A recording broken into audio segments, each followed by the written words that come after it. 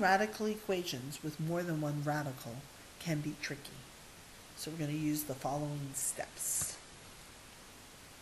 We're going to isolate one of the radicals. So let me rewrite the problem. So to isolate one of the radicals, I am going to subtract the square root of t from both sides. The reason we want to isolate one of the radicals is because right now if we just squared both sides, which usually gets rid of radicals, there's two terms on the left and you would have to use FOIL. But if you subtract the square root of t from both sides, you will end up with the left square root of 2t minus 7 and on the right 3 minus square root of t. And now when you square both sides on the left, you will end up with one term and you would get rid of the radical. So let's go ahead and do that. I'm going to square the left and square the right.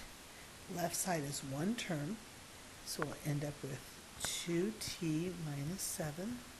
On the right side is two terms, so let me go ahead and rewrite that as what it is, because you can clearly see that's two terms, so you have to use FOIL. The first, which would be 9, the outer, the inner, which is another 3 radical t, and finally the last, which is plus square root of t squared, which is just t.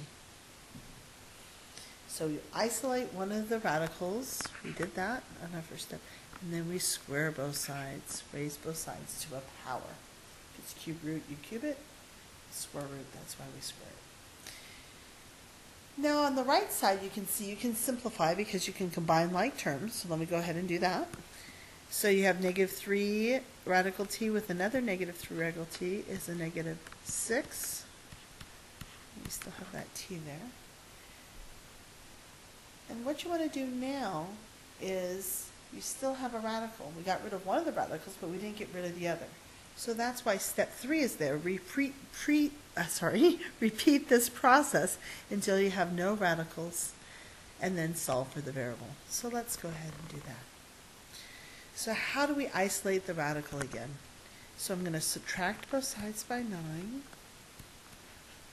and I'm going to subtract both sides by t. So you end up with t minus 16 on the left and a negative 6 square root of t on the right. You can divide both sides by negative 6, or at this point it's isolated enough with whether you square both sides, you'll still not have to use FOIL on the right. So instead of dividing by negative 6 and getting an ugly fraction, I'm going to go ahead and just square both sides again right now, just to show you what happens. The left side is FOIL, but the right side is not, and it will just be 36t, which would get rid of the radical, which is what we're after. So let's go ahead and write the right down. So again, that's FOIL, so the first would be t squared, and hopefully you can visualize t minus 16 times t minus 16.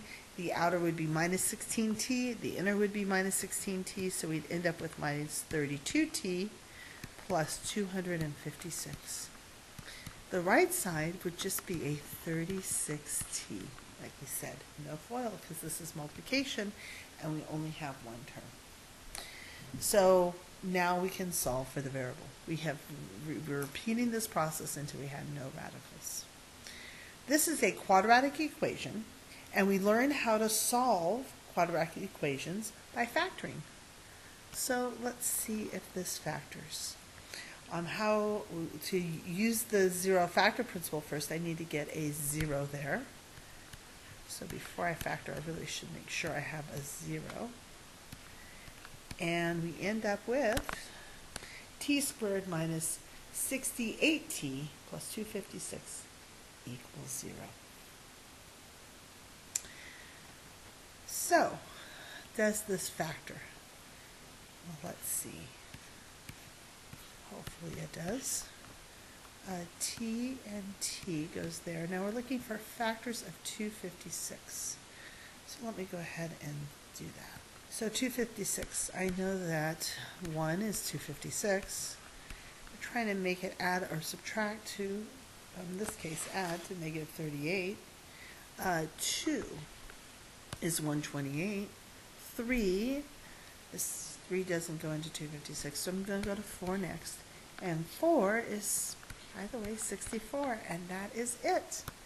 4 does work, because if you look at it, negative 4 and negative 64 does add up to negative 58. If we multiply this out with FOIL, you would get that expression above.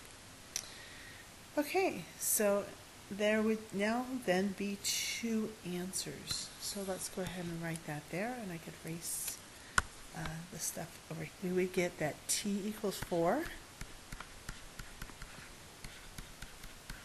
or t equals 64. Now, when we square both sides, you always need to make sure you check your answer. In fact, if we go back and look at the directions, they usually will warn you, right here, check your results, solve the equation, and then check your results. And the reason you have to check your results is because when you square both sides, you can be off by a negative. I can show you that in a minute, but let's just go ahead and check both of these answers. So let me write down the original equation, and let's check t equals 4. So if I plug in t equals 4 into the original, that would be 2 times 4 is 8, and this would be a 4, and that does indeed equal 3, because this would be the square root of 1, which is 1, the square root of 4, which is 2, 1 plus 2 is 3, so that does work.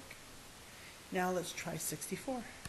So we get 64 times 2 is 128 minus a 7 plus 64.